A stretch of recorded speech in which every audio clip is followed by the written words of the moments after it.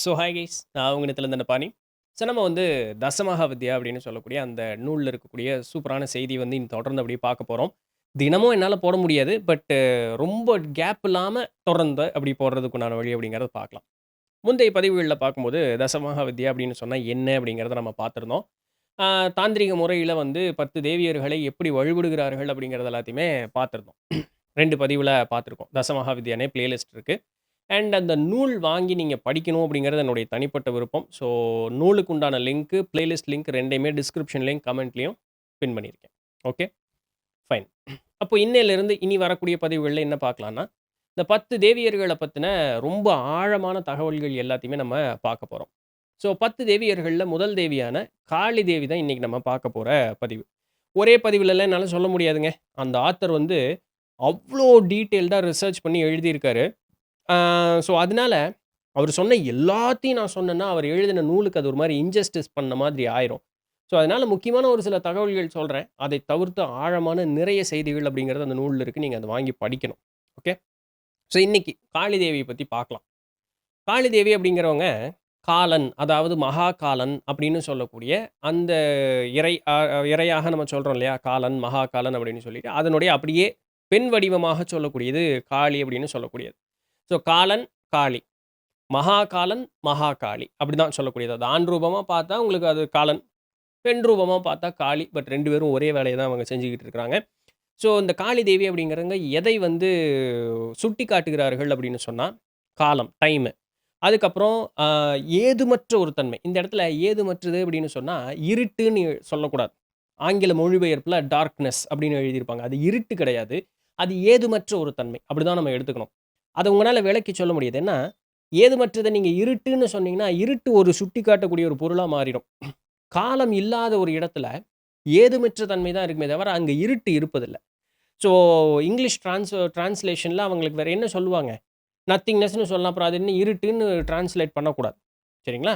So காளி அப்படின்னு சொல்லக்கூடிய அந்த தெய்வம், காலத்தை குறிக்கவும், ஏதுமற்ற ஒரு தன்மையை குறிக்கவும், இறப்பு அதை குறிக்கவும் செய்கிறது. இந்த இடத்துல இறப்பு அப்படிங்கிறது வந்து, நாம இருந்து, இறந்து மறுபடியும் தோன்றுவதற்குண்டான இந்த ஒரு சைக்கிளும் சரி, இந்த மொத்த அண்ட சராசரமே வந்து தோன்றி மறைவதற்குண்டான சைக்கிளும் சரி, எல்லாத்திற்குமே அந்த இறப்பு அப்படிங்கிறத முடிவு அப்படின்னு வச்சுக்கங்க. சரிங்களா? எடுத்தோனே சும்மா அப்படி பிளாங்க்கா டெத் அப்படின்னு எடுத்துக்கக்கூடாது. முடிவு அப்படின்ட்டு. ஏதோ ஒரு முடிவு இருக்கும், தொடக்கம் அப்படிங்கிறது ஒண்ணு இருக்கும். அதையும் காளியே வந்து பார்க்கிறாள் அப்படிங்கிறது அதில இருக்கக்கூடிய முக்கியமான ஒரு விஷயம். காளிய வந்து பிரம்மரூபிணி அப்படிங்கிற அந்த ஒரு வார்த்தையில சொல்றாங்க. அதாவது எல்லா படைப்புகளுக்கும், படைப்பவனுக்கே ஆதியானவள் காளி அப்படின்னு சொல்லிட்டு. எல்லாவற்றிற்கும் ஆதியானவள் காளி. அவளுடைய குணத்திற்கு வந்து எல்லையே கிடையாது. Infinite in nature. எல்லையே கிடையாது. நீங்க எத சுட்டிக்காட்டினாலும் அது பிரம்மரூபிணி. நீங்க எத சுட்டிக்காட்டினாலும் அது காளியினுடைய அம்சம் அப்படின்னு உங்களால சொல்ல முடியும் அப்படின்ட்டு. சப்த கல்பத்ருமா அப்படின்னு சொல்லக்கூடிய ஒரு நூல் 16ஆம் நூற்றாண்டு இல்ல 17ஆம் நூற்றாண்டுல எழுதப்பட்டதாக கருதக்கூடிய அந்த நூல் என்ன சொல்லுதுன்னா, காளி வந்து சிவன், அதாவது காலனுடைய மனையாள் அப்படின்னு சொல்லக்கூடிய அந்த ஒரு கருத்தை அவர்கள் முன்வைக்கிறார்கள். ஏன் அப்படின்னு பின்னாடி வரும்போது சொல்றேன். அந்த நூல் வந்து இதுபோல காலனுடைய மனையாள் காளி அப்படின்னு சொல்லக்கூடிய அந்த கருத்தை வந்து அவங்க முன்வைக்கிறார்கள். அதேபோல கற்பூராதி ஸ்தோத்திரம், கற்பூராதி ஸ்தோத்திரம் அப்படின்னு சொல்லக்கூடிய அந்த நூல் என்ன சொல்றாங்கன்னா, ஆம் ஈஸ் அ உருத்திரன், திருமால், பிரம்மன் இந்த மும்மூர்த்திகளும் தொடர்ந்து, அதாவது எந்த விதமான தங்குதடை இல்லாம சீஸ்லெஸ்லி அப்படிங்கிற அந்த ஒரு இங்கிலீஷ் வார்த்தை இருக்கு தெரியுமா? தங்குதடை இல்லாமல் தொடர்ந்து தோன்றிக் கொண்டே இருக்கிறார்களாம். யார்? மும்மூர்த்திகளும். தோன்றிக் கொண்டே இருக்கக்கூடிய மும்மூர்த்திகள் எந்த அளவுக்கு வேகமா மறைஞ்சிடுறாங்க அப்படின்னு கேட்டா, கடல்ல இருக்கக்கூடிய நுரை போல அவர்கள் வந்து தோன்றிய வேகத்தில் மறைகிறார்களாம். மறைந்த வேகத்தில் மறுபடியும் தோன்றுகிறார்களாம். ஆனா, இதே போல நம்மளுடைய தாந்திரீக நூட்கள்ல இவர்களுடைய ஆயுட்காலம் அப்படிங்கிறது எப்படி எடுத்து பார்த்தோம் அப்படின்னு வச்சுக்கங்களேன், பல கோடி யுகங்கள் அவர்கள் வாழ்ந்து கொண்டிருப்பார்கள். அது எப்படின்னா, காளி வந்து இது எல்லாத்தையும் அப்படியே கவர்ன் பண்ணிட்டு எல்லாத்துக்கும் மேல இருக்கிறது எப்படின்னா, கடல்ல வந்து அந்த சீற்றத்தில வரும்பொழுது அந்த கடல்ல வந்து அந்த நுரை இருக்கும் இல்லையா? அது எவ்வளோ?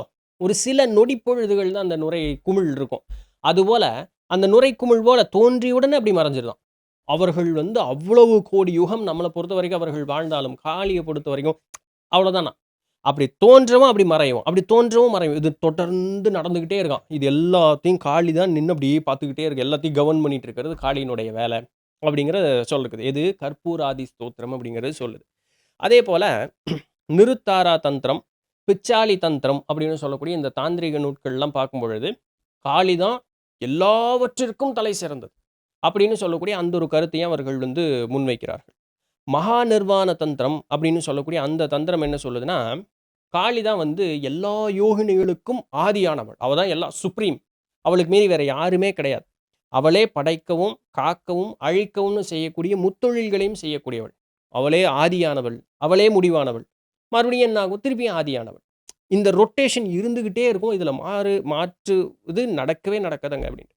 காலன் அப்படின்னு சொல்லக்கூடியவரு, எல்லா படைப்புகளினுடைய முடிவு அப்படின்னு வரும்பொழுது, அந்த காலம்னு சொல்லக்கூடிய அந்த டைம், அதை முதல் கொண்டு தன்னகத்தே கொண்டு வந்து நிறுத்திருவாராம். அப்போ எல்லாத்தையும் படைத்து, காத்து, அழிக்கிறதுக்குன்னு சொல்லக்கூடியதற்கு ஒரு டைம் இருக்கும் இல்லையா? இந்த காலத்திலருந்து இந்த காலம் வரைக்கும் அந்த காலத்தையே அழித்து தன்னிடம் கொண்டு நிறுத்தக்கூடிய அளவுக்கு பலம் வாய்ந்தவர் காலனாம். அந்த காலனையே தனக்குள் அடக்கக்கூடிய அளவுக்கு பலம் வாய்ந்தவள் காளியாம். மகா நிர்வாண தந்திரம் இத சொல்லுது. சரிங்களா? அதனால அந்த காளிக்கு பேர் என்னன்னா, ஆத்யா காளி அப்படின்னு பேராம். அந்த அம்மாவுக்கு பேர். சரிங்களா? ஸோ அப்ப என்ன ஆகுது? காலத்தையே அழிக்கக்கூடிய காலனையே தன்னிடம் ஈர்க்கக்கூடிய அந்த ஒரு சக்தி கொண்டவளாக அந்த காளி இருப்பதனால, அவளே எல்லாவற்றிற்கும் அழிவானவள். அந்த ஒரு சூழல் நடந்தோனே அந்த இடத்துல என்ன இருக்கும்? என்ன இருக்கும்? ஒண்ணுமே இருக்காது. எதுவுமே இருக்காது. அப்படி நிசப்தமா இருக்கும். எதுவுமே இருக்காது. அப்படியே இருக்கும். டப்புன்னு அப்படியே திருப்பி அடுத்த ஒரு வேலைய ஆரம்பிச்சுட்டு, திருப்பி அந்த கிரியேஷன் அப்படிங்கிறது ஆரம்பிச்சுட்டு போயிட்டே இருக்குமாம். இது எல்லா வேலையும் செய்யக்கூடியது காளி அப்படின்னு. ஸோ நீங்க உரு உள்ள ஒரு விஷயத்த சொன்னாலும் சரி, உரு அற்ற ஒரு விஷயத்தை சொன்னாலும் சரி, அது எல்லாம் காளியினுடைய அம்சமே அப்படிங்கிறாங்க. இந்த பொருள் உலகத்தில் இருக்கக்கூடிய இந்த உலகத்தின் மீது இருக்கக்கூடிய ஒரு மனோ மயக்கம் இருக்குல்ல, மாயையின் வழியாக இங்க இருக்கக்கூடிய உயிர்கள் வந்து இதன் மேல பற்று கொண்டு அப்படி நிற்கக்கூடியதை வந்து காளி தான் செஞ்சுகிட்டு இருக்கா. தன்னுடைய சக்தியான அந்த மாயையின் மூலியமாக அதை செஞ்சுகிட்டு இருக்கா. அந்த காளியானவள் சிவத்தன்மையோட சேரும் பொழுது, சப்தம் அற்ற இடத்திலிருந்து ஒரு சப்தத்தை உண்டாக்கி நல்லா புரிஞ்சுக்கணும். சப்தம் அற்ற இடத்திலிருந்து ஒரு சப்தத்தை உண்டாக்கி, அந்த சப்தத்திற்கு பொருள் கொடுக்கக்கூடியவனும் காளி தான். அப்போ சப்தமற்ற இடம், சப்தம், சப்தத்திற்கு உண்டான பொருள். இது 3மே காளியினுடைய அம்சம் தான். ஸோ, இப்ப நம்ம பேசிட்டு இருக்கிறதுலருந்து, நீங்க புரிஞ்சுக்கிறதுலருந்து எல்லாமே காளியினுடைய அம்சம் தான். காளி இல்லாம வேற எதுவுமே இல்ல அப்படின்னு. காளி கற்பூராதி ஸ்தோத்திரம் அப்படிங்கிறதுல, காளி என்ன சொல்றாங்க அப்படின்னு சொன்னா, காளி இன்னும் சொல்லல. அந்த நூல்ல காளி கற்பூராதி ஸ்தோத்திரம் அப்படின்னு சொல்லக்கூடிய அந்த நூல்ல பாருங்க, கால தத்துவம் அப்படிங்கிறது தான் எல்லாத்திற்கும் ஆதியானது அப்படின்னும், அந்த கால தத்துவத்தை பரமேஸ்வரன் அப்படின்னு சொல்லக்கூடிய அந்த வார்த்தையும் கொண்டும் குறிச்சு சொல்றாங்க. சரிங்களா? இப்படி குறிச்சு சொல்லும் பொழுது, இந்த பரமேஸ்வரன் அதாவது கால தத்துவமே அதுதான். அதுதான் சுப்ரீம். எல்லாத்திற்கும் ஆதியானது. காலம் அப்படின்னு சொல்லக்கூடிய அந்த கால தத்துவம் தான் எல்லாத்துக்கும் சுப்ரீமானது. ஸோ, அதுதான் பரமேஸ்வரன்னு சொல்லக்கூடியது. அந்த பரமேஸ்வரன் எப்படி? நிர்குண பிரம்மம் அப்படிங்கிறாங்க. அது வந்து எது கூடயும் சேராது. அது எதையும் சாடியும் நிக்காது. எல்லாம் இதைத்தான் சாடி நிக்கும். இது எப்படி இருக்கும்? இது அப்படியே இருக்கும். எல்லாம் தன்னகத்தை கொண்டிருந்தாலும், இது எதையும் சாராமல் தனித்து நிற்கக்கூடிய அந்த ஒரு தன்மை கொண்டது. அதான் நிர்குண பிரம்மம்னு சொல்லக்கூடிய இந்த பரமேஸ்வரன் அப்படின்னு சொல்லக்கூடிய இந்த கால தத்துவமே நிர்குண பிரம்மம் அப்படின்னு சொல்லக்கூடியது. இந்த நிர்குண பிரம்மம் அதாவது இந்த பரமேஸ்வரனே இந்த பிரபஞ்சத்தை படைத்து, காத்து, அழிப்பதற்குண்டான அந்த வேலையை செய்கிறது. எப்படி? தன்னிடம் மாயை என்ற சக்தியை கொண்டு. இந்த மாயைங்கிற சக்தி என்ன பண்ணுது அப்படின்னு கேட்டா, ஒரு ஒரு அவாரணம் அப்படின்னு சொல்லக்கூடிய அதாவது அவாரண அப்படிங்கிற சமஸ்கிருத சொல்லு. வெயில் அதாவது ஒரு மறைப்பு சீலை போல போட்டுருதான். கூட விக்ஷேப அப்படின்னு சொல்லக்கூடிய ஒரு அசைவு, ஒரு அஜிடேஷன், ஒரு அசைவை உண்டு பண்ணிக்கிட்டே இருக்கான். ஒரு அசைவு அப்படிங்கிறது உண்டானா மட்டும்தான் அந்த இடத்துல ஒரு சக்தி ரூபம் கூடும். இந்த கூடிய சக்தி ரூபம் உன்னை நாடி செல்லும் பொழுது அதன் மீது பற்றுன்னு ஒண்ணு வரணும். அப்போ உண்மை அப்படின்னு சொல்லக்கூடியது மறைப்பு சீலை ஓட்டும். இதுதான் மாயை. நம்மகிட்ட எண்ணம் இருந்துகிட்டே இருந்ததுன்னா, நம்ம பற்று வச்சுக்கிட்டே இருப்போம். பற்று வைக்க வைக்க மாயை வலுப்பட்டுக்கிட்டே இருக்கும். உண்மை நிலை நமக்கு மறைஞ்சே இருந்துகிட்டே இருக்கும். அப்ப இந்த பரமேஸ்வரன்னு சொல்லக்கூடிய இந்த நிர்குண பிரம்மம், இது எல்லாத்தையும் படைத்து, காத்தல் அப்படின்னு சொன்னா, இது இந்த வேலை நடந்துகிட்டே இருக்கணும். அழித்தல் அப்படிங்கிறது என்ன? இந்த மாயையை விட்டு விலகிட்டீங்கன்னா, இந்த உலகம் முழுக்க உங்களுக்கு அழிஞ்சிரும். உங்கள பொறுத்த வரைக்கும் அங்க அழிவு அப்படிங்கிறது நடந்துருச்சுன்னு அர்த்தம். யோக வாசிஷ்டம்ல பார்த்துருக்கோம் இல்லையா? இது. அப்படி எனக்கு அறிவு வர்றக்கு முன்னாடியே மொத்த அண்ட சராசரம் அழிஞ்சுதுன்னா, அதுவும் அழிவு. மறுபடியும் ஒரு தொடக்கம் ஏற்படும்போது நாம திருப்பி அந்த இடத்துக்கு போ வேண்டியிருக்கும். அவ்வளோதான். மித்தபடி வேற ஒண்ணும் இல்ல. இந்த வேலை எல்லாத்தையும் பார்க்கிறது யாரு? பரமேஸ்வரன்னு சொல்லக்கூடியது. அவர்தான் முடிக்க முடியாதுன்னு சொல்லக்கூடியத கூட, இந்த மாயை என்றதனுடைய சக்தியை வச்சு முடித்து காட்டக்கூடிய ஒரு திறன் வாய்ந்தவராக இருக்கிறார். சரிங்களா? ஸ்வேத வஸ் ஸ்வேத வத்சர உபனிஷத் அப்படின்னு சொல்லக்கூடியது, இந்த பிரம்மம்னா என்ன? இப்ப பரமேஸ்வரன நம்ம நிர்குண பிரம்மம்னு பார்த்தோம். இந்த ஸ்வேத வத்சர உபனிஷத் அப்படின்னு சொல்லக்கூடியது, இந்த பிரம்மம்னா என்னங்கிறதுக்கு உண்டான விளக்கத்த சொல்லியிருக்காங்க. அப்போ ஞானியர்கள் வந்து ஆழ்ந்த ஒரு நிலை, அதாவது 3வது நிலை அப்படின்னு சொல்லக்கூடியது ஆழ்ந்த உறக்க நிலை. இந்த ஆழ்ந்த உறக்க நிலையில இருந்து அடுத்த நிலை கடக்கும் பொழுது அதற்கு பேரு துரிய நிலை அப்படின்னு சொல்லுவாங்க. சரிங்களா? இந்த நிலையில இருந்து பார்க்கும் பொழுது அந்த பரமாத்மா அப்படின்னு சொல்லக்கூடியது என்னன்னு ஞானியர்கள் உணர்ந்ததாகவும், அந்த உணர்ந்தவர்கள் நமக்கு புரிந்தார் போல ஒரு சில வார்த்தைகள்ல அத சொல்லி புரிய வைக்க முற்படும் பொழுது அவர்கள் கூறிய வார்த்தைகள் என்னன்னா, இந்த மனித ஆன்மா ஒளி பொருந்தியது. ஆனா, இந்த இறைன்னு சொல்லக்கூடிய இந்த பரமாத்மா, பரமேஸ்வரன், பிரம்மம்னு சொல்லக்கூடியது ஒளிக்கெல்லாம் தாண்டிய மிகுந்த ஒளி பொருந்தியது. அது எதையும் சாராதது. அதற்கு ஒளி எங்கிருந்தோ வரணும்னு இல்ல. அது தானே ஒளியாக இருக்கக்கூடியது. சரிங்களா? Self luminous. Super soul. ஆன்மாக்கெல்லாம் பெரிய ஆன்மா. தாதா கீ தாதா. அந்த மாதிரி. சரிங்களா? பெரிய ஆன்மாக்கே ஆன்மா அது. தன் தன் சுய ஒளி பொருந்தியதாக இருக்கிறது. சித் சுரூபமாக இருக்கக்கூடியது. அப்படின்னா என்ன? எல்லாம் அறிந்த ஒரு இதாக இருக்கிறது. நம்மளுடைய உணர்வுகளுக்கும், நம்மளுடைய ஆக்கம், இல்ல ஊக்கம் அப்படின்னு சொல்லக்கூடிய அந்த விஷயங்களுக்கு எல்லாத்திற்குமே உண்டான சக்தி அங்கிருந்து தான் நமக்கு கிடைச்சுக்கிட்டு இருக்கு அப்படின்னு சொல்லக்கூடிய இப்படிதான் இதுதான் பிரம்மம். அதுதான் எல்லாமே. இன்னைக்கு நீன்னு ஒருத்தன் உன்னை ஐடென்டிட்டியா சொல்றேன் அப்படின்னு சொன்னா, அது அந்த பிரம்மத்திலிருந்து வந்த சக்தியினால தான் நீன்னு சொல்லக்கூடிய அந்த ஒரு ஐடென்டிட்டியே கிடைக்குது. பிரம்மம் தான் எல்லாமே அப்படின்னு சொல்லக்கூடியது அந்த நூல் சொல்லுது. இப்படி சொல்லும் பொழுது, நிருத்தார தந்திரம் அப்படின்னு சொல்லக்கூடிய அந்த நூல் என்ன சொல்லுது? அதே சிவன பத்தி. 3 கண் கொண்ட ஒரு பிணம் அப்படின்னு சிவத்த சொல்றாங்களாம். ஏங்க போய் சாமிய பிணம்னு சொன்னீங்க? அப்படின்னு கேட்டா, பிணம் என்ன பண்ணும்? சும்மா இருக்கும். இதுதான் சிவத்தினுடைய வேலை. அது நிர்குண பிரம்மம். அது எதையும் பண்ணாது. அது பாட்டுக்கு பேசாம இருக்கும். அது பாட்டுக்கு அமைதியா இருக்கும். அதனால அதற்கு பேர் பிணம்னு. அது ஏன் 3 கண் கொண்ட பிணம்னு அத சொன்னீங்க? முக்குணங்கள் உண்டு. சத்துவ குணம், ராஜச குணம், தாமச குணம்னு முக்குணங்கள் உண்டு. அப்போ அது அமைதியா இருக்கும். அதுகிட்ட எல்லா குணமும் இருக்கு. இந்த தன்மையை உணராம இங்க ஒரு சக்தி அசைவுன்னு ஏற்பட்டதுன்னா, இந்த 3 குணங்களையும் வாங்கிட்டு அந்த சக்தி வெளிய வந்து இங்க இருக்கக்கூடிய மாயையில சிக்கி அது சீரழிஞ்சுட்டு இருக்கும். நாமெல்லாம் அப்படித்தான் வந்தவங்க. சரிங்களா? ரிவர்ஸ் நம்ம முடியும். அதற்கு தான் இந்த படிப்பெல்லாம் படிச்சுக்கிட்டு இருக்கோம். சரிங்களா? அப்படி ரிவர்ஸ் போம்பொழுது, நம்ம வந்து திருப்பி அந்த சிவத்தன்மைய அடைஞ்சிரலாம். ஆனா, இந்த சிவத்துக்கிட்ட இருக்கக்கூடிய அந்த 3 தன்மைகள வாங்குறதுக்கு ஒரு அசைவுன்னு ஒண்ணு ஏற்படும்னு சொன்னீங்கல்ல. அது என்ன அந்த அசைவு ஏற்படும்போது என்ன ஆகும்? சக்தி அப்படிங்கிறது உண்டாகும். இதைத்தான் நம்ம வந்து சக்தின்னு சொல்லக்கூடிய தேவியினுடைய உருவத்தில நம்ம வழிபடுறோம். அவ்வளோதான் அந்த வார்த்தைக்கே அவ்வளோதான். சக்தி என்ன? எனர்ஜி, பவர், எனர்ஜி அவ்வளோதான் சக்தி. அந்த சக்தி என்ன பண்ணுது? இந்த 3 குணங்களையும் அங்கிருந்து வாங்கி இந்த மாயையோட சேர்ந்து நம்மளை பிறக்க வைக்குது. அப்போ இந்த மகாகாலன் காலத்திற்கெல்லாம் அப்பாற்பட்டு இருக்கக்கூடிய அந்த ஒரு ஒரு நிலை கொண்டவன் அப்படின்னு அந்த சிவதன்மைய வந்து சொல்றாங்க. இதே செய்திகள அதர்வண வேதமும் சொல்லுது. மகாபாரதத்தில அனுஷன பர்வம் அப்படின்னு சொல்லக்கூடிய அந்த ஒரு நூலும் சொல்லுது. இப்படிப்பட்ட மகாகாலனே அனாதியானவன். அது என்ன அனாதி? தொடக்கமும் தெரியாது. முடிவும் தெரியாது. அவன் அனாதி. அவன் அவன் இருந்தானா? இருக்கான்யா. இருக்கானா? இருக்கான்யா. இருப்பானா? இருக்கான்யா. இருப்பான்யா. அவ்வளோதான். எல்லா காலங்களிலும் இருப்பான், இருப்பான், இருப்பான், இருப்பான், இருப்பான். அவ்வளோ மட்டும் தான். சரிங்களா? ஸோ இது அனாதி அப்படின்னு சொல்லக்கூடியது. இந்த அனாதி, இந்த சக்தியை வைத்து தான் இந்த படைத்தல், காத்தல், அழித்தல்ங்கிற அந்த செய்திய வந்து வேலைய வந்து அப்படி செஞ்சுகிட்டு இருக்கு. அப்போ இந்த 3 வேலைகளையுமே ஏதுமற்ற ஒரு தன்மையாக, அசைவற்ற தன்மையாக இருக்கக்கூடிய அந்த ஒரு சிவம், இந்த சக்தின்னு சொல்லக்கூடிய அந்த ஒரு தன்மைய வச்சு தான் எல்லாம் செய்யுது. அப்ப சிவத்திற்குள் சக்தி உண்டு. சக்திக்குள் சிவம் உண்டு. இவர்கள் இருவரும் தனித்து ஒரு காலத்திலும் இருக்க முடியாது. இது நீங்க உருவமா பார்த்தாலும் சரி, இல்ல நடக்கக்கூடிய நிகழ்வா பார்த்தாலும் சரி, எது அது அது உங்களுடைய பார்வை கோணத்த பொறுத்தது. அது நீங்க எப்படி அணுகணும்னு விருப்பப்படுறீங்களோ, அந்த மாரி அனுபவிக்கலாம். அப்போ நாம சிவதன்மை அடைவதற்கு முன்னதாக காணக்கூடிய அனைத்தும் சக்தி ரூபம் தான். சக்திக்குள்ளேயும் சிவத்தை காணலாம்ங்கிறது நல்லா புரிஞ்சுக்கணும். அப்ப அந்த சக்தியானவள் எப்படிப்பட்டவள்? சச்சிதானந்தம். சத் சித் ஆனந்தம். சத் எல்லாம், சித் அனைத்தும் அறிந்த ஒரு நிலையில இருக்கும்பொழுது எப்படி இருப்பான்? அவன் ஆனந்தமா இருப்பான். அவன் எப்படி இருப்பான்? சும்மா இருப்பான். அது சிவமா மாறிடுவான். அப்ப சக்தியை உணர்ந்தா சிவத்துக்கிட்ட நம்ம போயிரலாம். அப்ப முதல்ல நம்ம பார்க்கிறது தாயத்தான் பார்ப்போம்.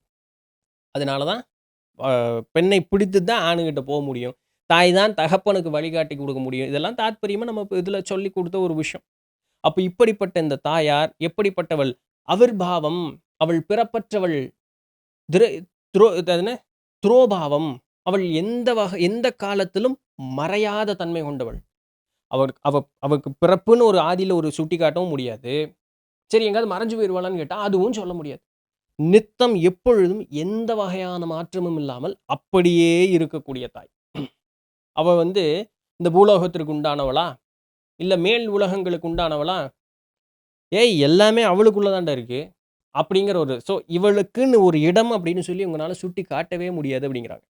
இதுல என்ன பியூட்டின்னா, நீலாத்ரி மகோதயா அப்படின்னு சொல்லக்கூடிய ஒரு நூல். இது வந்து திருமாலை பற்றி பாடக்கூடிய ஒரு நூல். அந்த திருமாலை பத்தி பாடக்கூடிய அந்த திருமால்ல அங்க வந்து ஜெகந்நாத பெருமாள்னு பாடுறாங்க. அந்த ஜெகந்நாத பெருமாள தட்சிணகாளிக்கு தான் ஒப்பிட்டு சொல்றாங்களாம். அதுல வரக்கூடிய பலராமர், தாராதேவி இருக்காங்க பாருங்க, அவங்களுக்கு ஒப்பிட்டு சொல்றாங்களாம். அதுல வரக்கூடிய சுபத்திரை புவனேஸ்வரி தேவிக்கு ஒப்பிட்டு சொல்றாங்களாம். ஸோ, திருமாலை பற்றி பாடக்கூடிய நூல்லயே இங்க காளிய தான் வந்து உங்களுக்கு ஒப்பிட்டு சொல்லக்கூடிய சாமிக்கும் காளிய தான் ஒப்பிட்டு சொல்றாங்களாம். ஸோ, காளி அந்த அளவுக்கு எல்லாமானவள். அதே மகா நிர்வாண தந்திரம் என்ன சொல்லுது? எப்படி எல்லா நிறங்களும் கருமை நிறம் அப்படிங்கிறதுக்கு உள்ள போய் சேர்ந்து அது கருப்பா தெரியும். ஆனா உள்ள வந்து எல்லா நிறங்களும் இருக்கு. அதுதான் காளியினுடைய தன்மை. அந்த காளி கால சக்தி கொண்டவள்.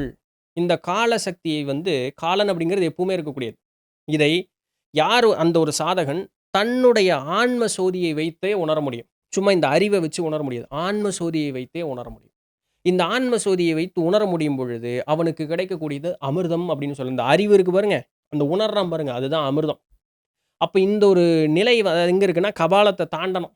அதனால தான் தேவிக்கு அந்த தலையில வந்து பிறை நிலா இருக்கிறதுக்கு உண்டான அந்த ஒரு குறியீடு வச்சு காமிச்சாங்க அப்படின்னு சொல்றாங்க. தன்னுடைய இந்த படைத்தல், காத்தல், அழித்தல்னு சொல்லக்கூடிய 3 செயல்களையும் தன்னுடைய முக்கண்ணை வைத்து அவள் செய்கிறாள்.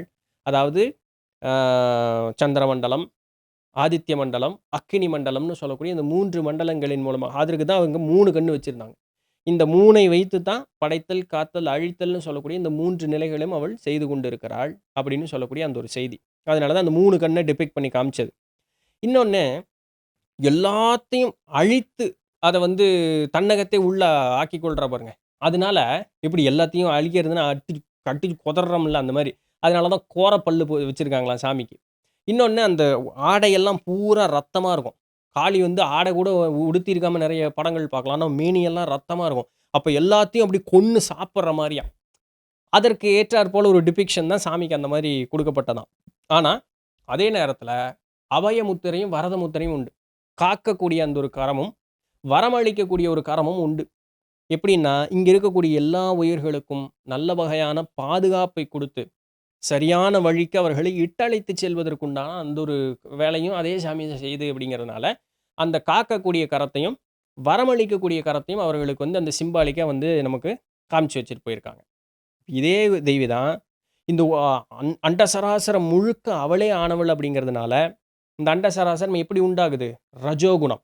ஒரு ஒரு இது எனக்கு வேணும் அப்படின்னு ஆசைப்படணும்ல. அந்த ஆசையின்பால் வரக்கூடிய குணம் தான் ரஜோகுணம் அப்படின்னு சொல்லக்கூடியது. சரிங்களா?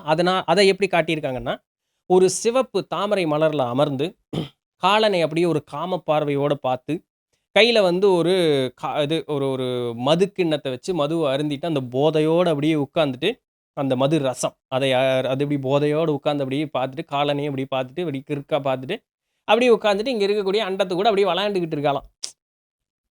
அவனால தான் எல்லாமே ஆக்கவும், காக்கவும், படைக்கவும் படுதுன்னு இது அப்படியே தன்னுடைய விளையாட்டு போலம். அது எப்படி? ஒரு ஒரு காம எண்ணத்தில இருந்தாலும், போதையில இருந்தாலும், அப்படி ஒரு நிலையிலும் எல்லாம் கரெக்ட்டா போய்க்கிட்டே இருக்கு. அப்படியே விளையாட்டு போல அப்படியே எல்லா காரியமும் நடந்துகிட்டே இருக்காம். அப்ப காலனே தனக்கு ஒரு ஒரு அப்படியே காலன மயக்கி தன் வசம் வைத்திருக்கக்கூடியவள் அப்படின்னு. அதுக்காக அந்த மாரி ஒரு டிபிக்ஷன் அப்படிங்கிறது குடுத்துருக்காங்க அப்படின்னு. பட் ஆக்சுவலா அங்க மீன் பண்றது என்ன? She is pure intelligent and knowledge. சச்சித் ஆனந்தம் அனைத்துமானவள் காளிதேவி அப்படின்னு சொல்லக்கூடியதற்கு தான் இந்த உருவகம் எல்லாமே. இன்னும் நெறைய இருக்கு.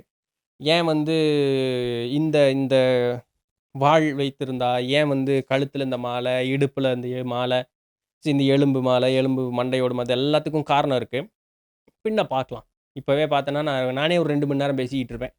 ஸோ இது வந்து ஜென்ரலா காளி அப்படின்னு சொல்லக்கூடியவர்கள் யாரு, என்ன, ஏது இந்த நூட்கள்ல இதெல்லாம் இருக்குங்கிறதுக்கு உண்டான செய்தி. பின்ன வந்து இன்னும் நெறைய சுவாரஸ்யமான செய்திகள் புராணங்கள் இருக்கு. புராணத்தில காளியினுடைய பங்கு என்ன அப்படிங்கிறத பத்தி குடுத்துருக்காங்க. அப்புறம் காளியினுடைய உருவத்த குடுத்து, அந்த உருவத்திற்கு உண்டான மறைபொருள் அர்த்தம் என்ன அப்படிங்கிறதெல்லாம் இருக்கு. இதெல்லாம் நூல் படிக்கும்போது உங்களுக்கு தெளிவா தெரியும். சரிங்களா? இதான் இன்னைக்கு உண்டான செய்தி. புடிச்சிருந்திருக்கும், இன்ஃபர்மேட்டிவா இருந்திருக்கும் அப்படின்னு நம்புறேன். நாளைக்கு வேற ஏதாவது ஒரு சுவாரஸ்யமான செய்தியில சந்திப்போம். அதுவரையும் தொடர்ந்து இணைந்திருங்கள். நான் உங்க இடத்துல தண்டபாணி. நன்றி.